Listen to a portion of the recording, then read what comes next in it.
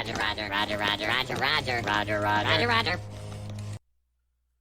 Welcome back, everybody, to Card Clankers. My name is Stone, and I'm here to show off another deck tech guide. This time on Han and Cassian.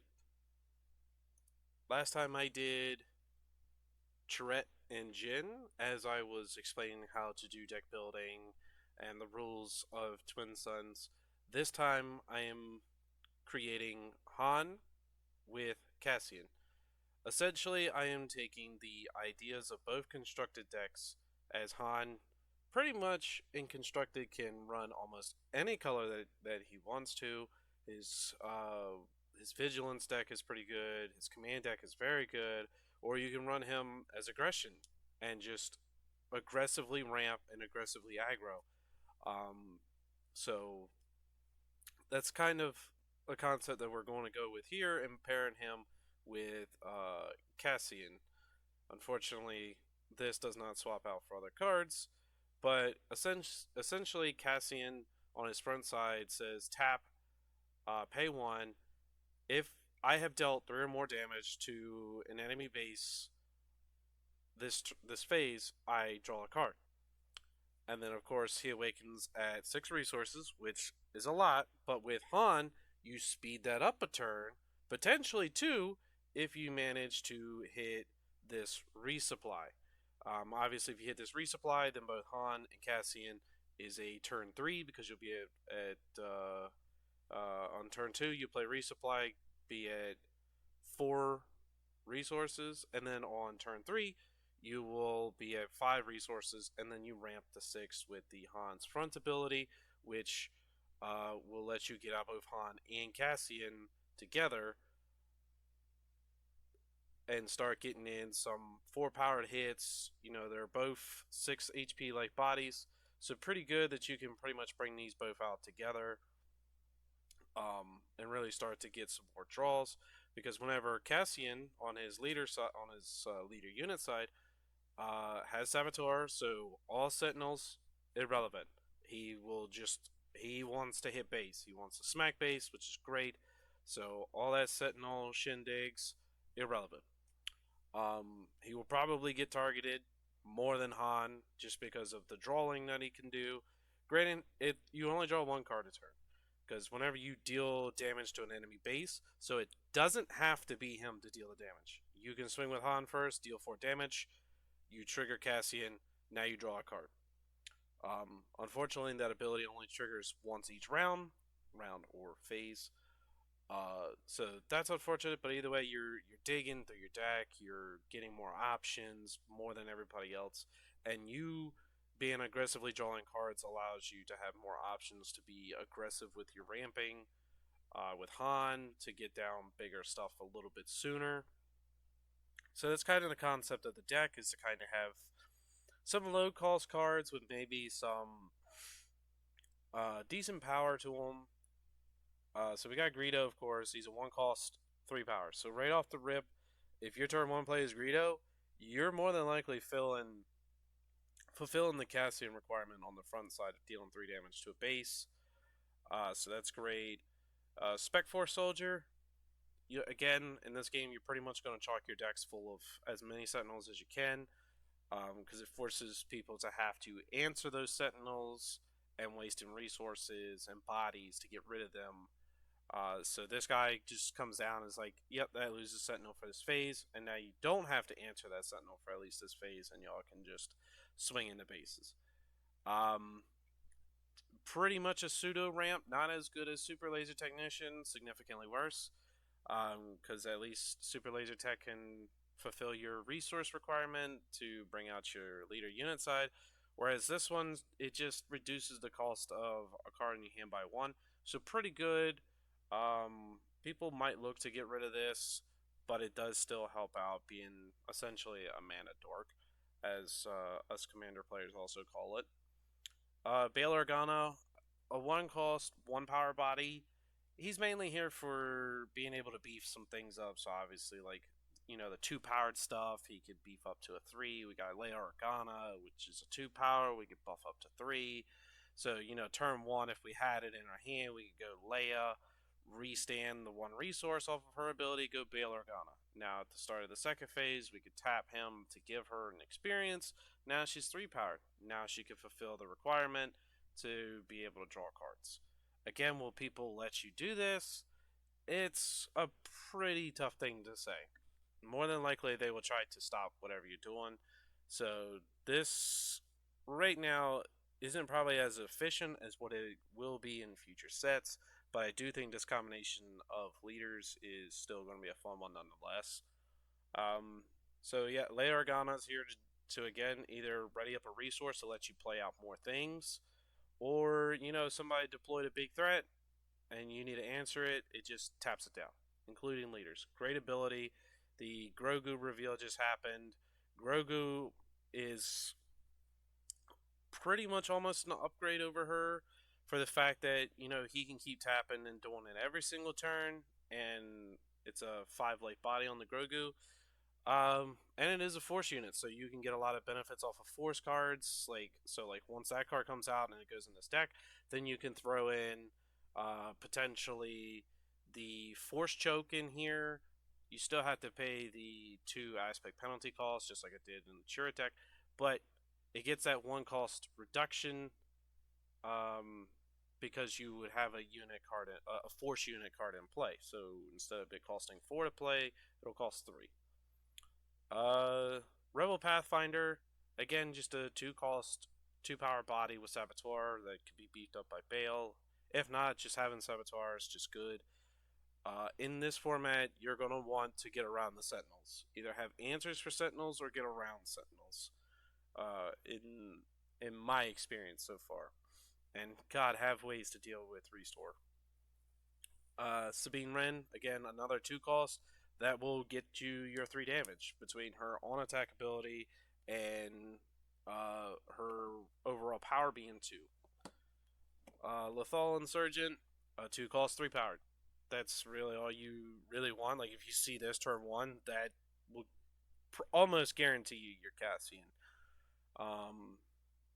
Same thing with Battlefield Marine. It's almost guaranteed if you see this in your open hand. So we have a lot of options in the early game already, just for turn 1. We got Crafty Smuggler, 2 cost, 2 shielded, great card. A lot of people are almost not going to deal with this card because of the fact that it's shielded. So you got to throw into it twice in order to actually deal with it. So a lot of people mainly just conveniently get rid of it, or they just let you kind of waste it into something yourself if you need to answer it. At least in my play group, that's so far been the experience with Crafty Smuggler. It's been a good turn 1 MVP type of card. Jedi Agitator, once again, 2 power on attack. If you control your leader unit, you deal 2 damage to a ground unit or a base. So if you need to ping some shields off, or you need to get that 3rd damage in. So like if you've got Han out but not Cassian, you could swing with this, ping the 3, and then on your next go around, pay the 1 to on Cassian's front side to draw a card, and then around again, deploy him, swing with him, deal 3 more damage, draw another card. So typically you want to do the front side abilities if you can before deploying the leaders, so that way you get maximum benefit. And then where are we at? We at Mon Mothma. He just lets you look at the top 5, get any rebel card and draw it, so that's pretty good. Wolf, 2 cost again, 3 powered with Saboteur, gets around the Sentinels, and when playing on attack, bases can't heal for this phase. So I haven't gotten a chance to really play this card in Twin Suns, but this realistically should be a very huge MVP when you've got, Krennic that's got Restore 2, you've got Idens. In our first 2 videos, we had a couple of Idens.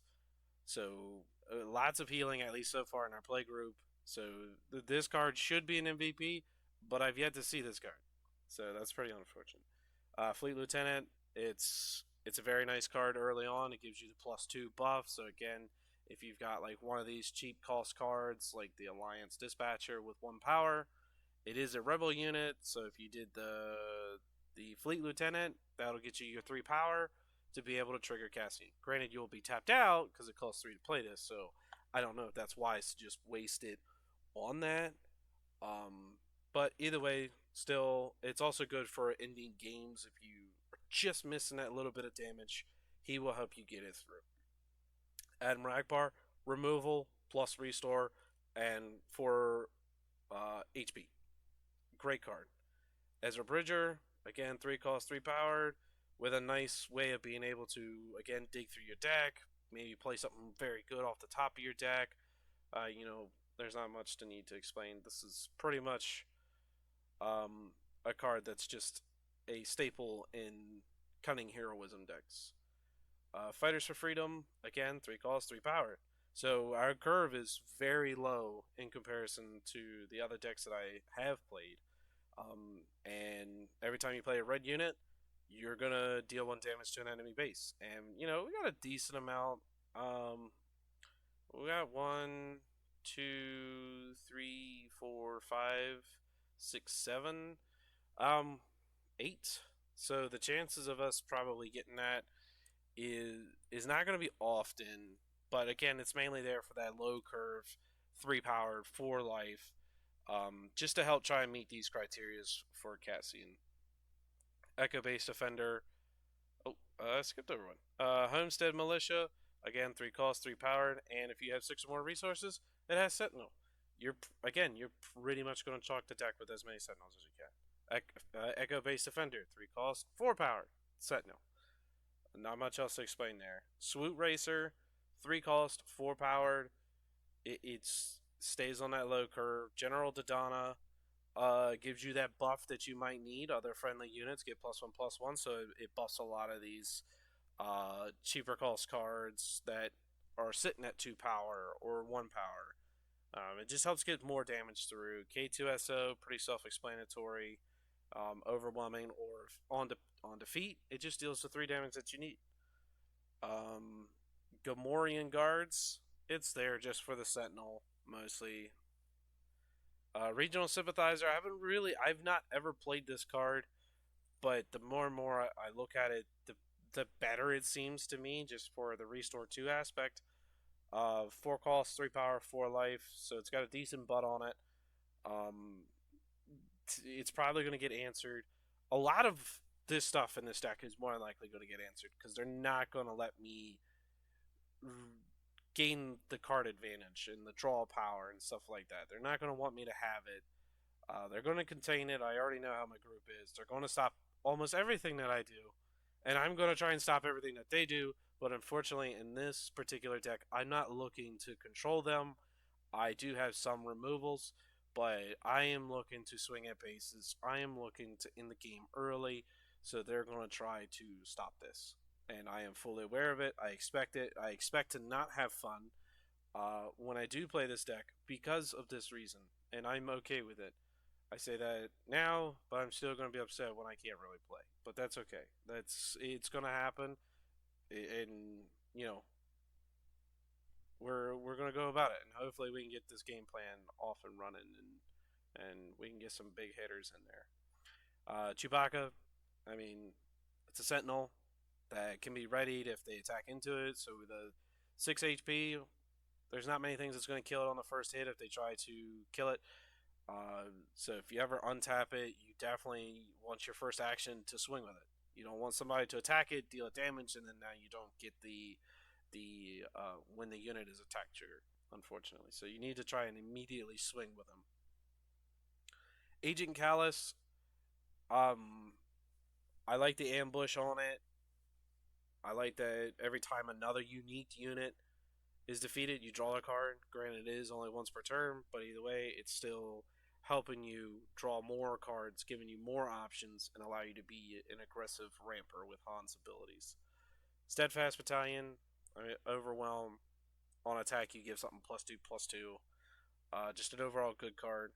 Han Solo, I have fallen in love with this card. I thought this card sucked when I pulled 3 copies of it in my pre-release kits, and like my first box, I pulled all 3 copies. But since then, I have fallen massively in love with this card after building all 3 versions of Han. This card is just amazing. and the fact that it deals damage first before a defender does. So most of the time, this 6 power, it's defeating everything almost, and you're not taking a lick of damage back. Again, people are going to try and answer this card no matter what you do because Han will not be defeated in combat. Ever. It will have to be defeated by removal. Mace Windu, he's just there for the game ender. I nearly pulled him off in our first video. Unfortunately, I fell short due to people not paying attention. But we were right there. We were right there. I almost lived the dream because I explained it in the Tourette video that this, what you wanted to do with it, and if it's coming down to the wire, you could play this, ambush, defeat something, restand it, and hopefully swing it for the last 5 damage and steal the game right at the very end. Fortunately, we didn't get to live that dream. It fell short. But we'll get there one day. And then now for the space units.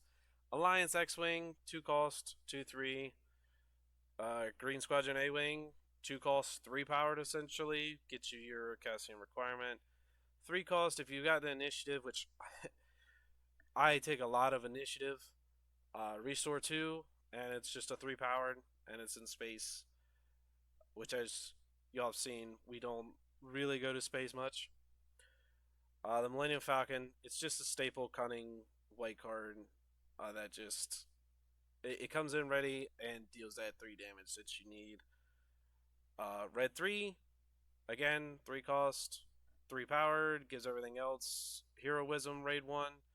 I apologize if you hear the helicopter that's currently flying over. Of course, it picks now to do it.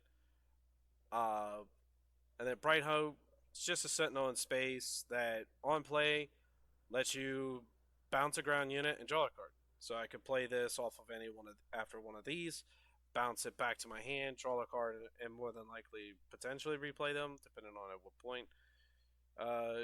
Strafing Gunship, I like the fact that it lets you attack ground units, and when it does, the ground unit gets -2/-0.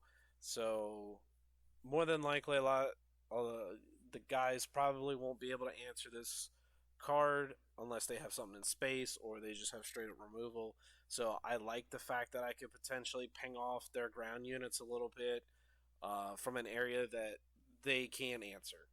So I like that. Carillion Freighter, I've never run this card.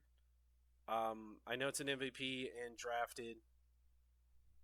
So I kind of wanted to test it out here where it's just another Sentinel in space, giving me more protection. So we're going to test that out. That one can probably be substituted out for something else. Home 1. I debated over this one because I wasn't sure if we were ever really going to get to 8 like that, since we're trying to aggressively attack bases. So this one's probably another one that could be swapped out for something else. But I do like the fact that it gives it that restore 2 and and it gives each other friendly unit restore 1. So if you do have some amount of board, this comes down, now you start swinging, now you're doing the restoring, which is great. And then of course when it's played, you play a heroism unit from your discard pile. It costs, I believe that says 3 less.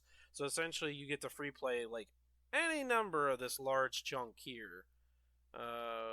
Yeah, right here. Right here. Of all of these heroism cards. So that's a good amount of options that you're more than likely going to have a few of by the time this comes down. And then for events, we have Shot First.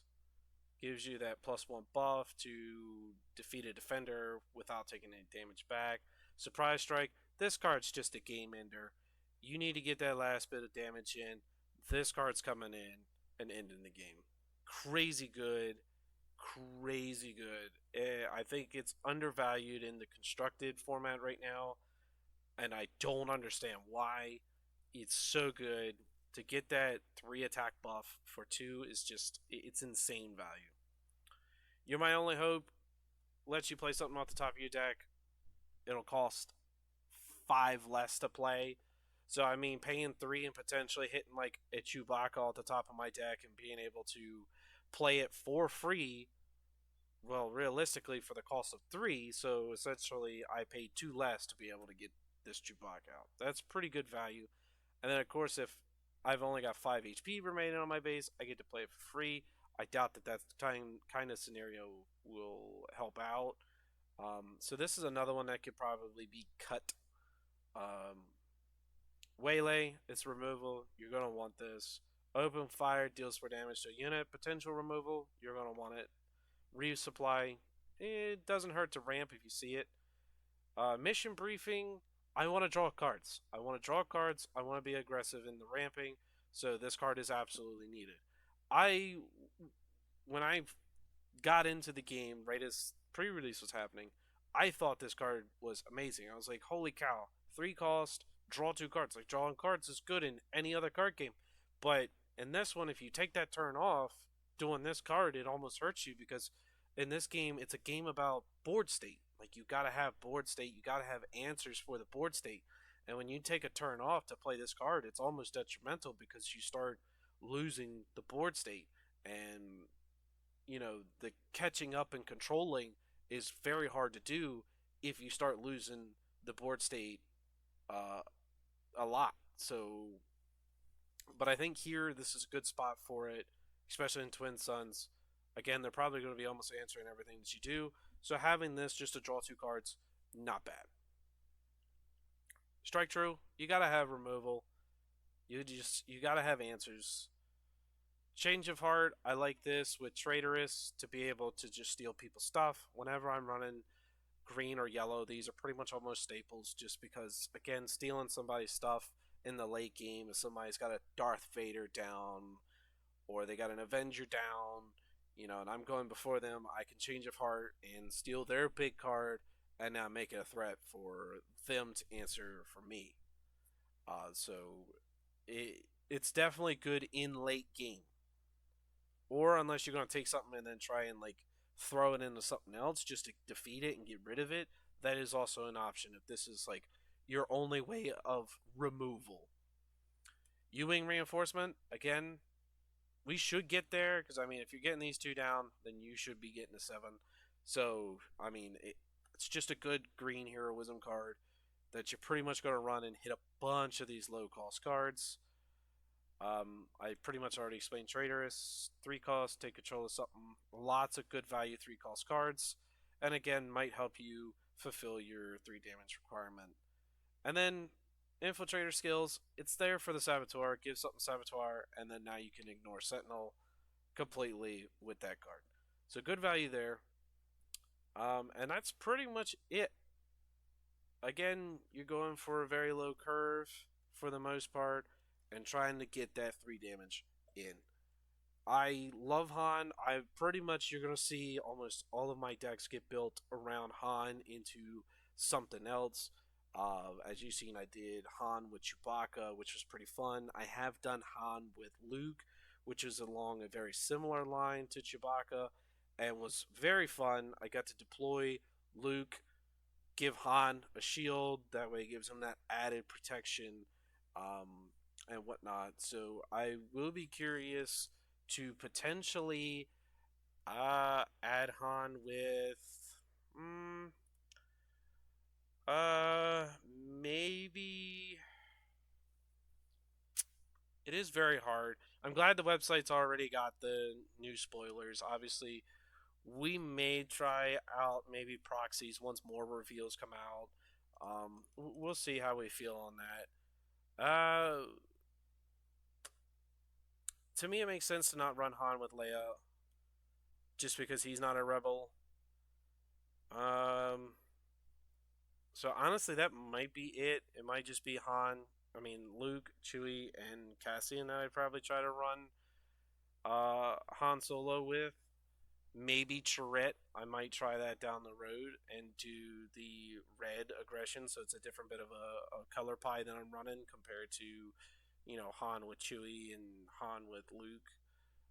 Just to give it a little bit different feel to it, try and change it up a bit. I'm going to try and build as many different decks as I possibly can, and just showcase a lot of things, but this right now I'm very excited for and can't wait to try out on Sunday. my villain deck is more than likely going to be um, the Grands, Grand Moff Tarkin with Grand Admiral Thrawn. I'm not fully decided yet. I might swap it out for Darth Vader since I am controlling. That might be the route that I go and just do red aggression, vigilance, cunning villain. Just because Tarkin, like, yeah, he does the nice buff, but I don't know. I feel like for if we're going to be doing Thrawn, we might as well do it with Vader to help out a little bit with the controlling and ping some shields off, since my pod apparently loves shields and shielded units and whatnot. So I think Vader might be the route that we will go there. I am only planning on doing like realistically like one deck tech a week.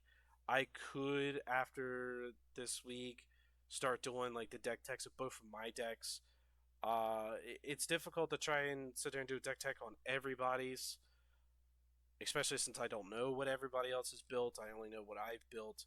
So this is just to get something out there for, whoever's interested in the Twin Suns format. They need like deck ideas, what to cut, what to include. You've got your staples. That'll probably be something that I include, do in the future, is also just, a staples video, like what card is essentially a guarantee in every single color pie. So, in combinations of colors, just because, like, you're gonna run them. Like, you're always gonna run a Greedo if you're yellow. If you're running Cunning, you're running a Greedo. It's just a good value. One cost, three power body. And if it gets answered, you potentially deal 2 damage to a unit that can more than likely remove that unit from the board. So, lots of valuable cards here. And hopefully, y'all appreciate these deck tech videos along with our gameplay videos, and that y'all have been enjoying them. That's our goal. We want to showcase our enjoyment with the format and with the game with everybody. Um, so with that being said, I'll see y'all next time.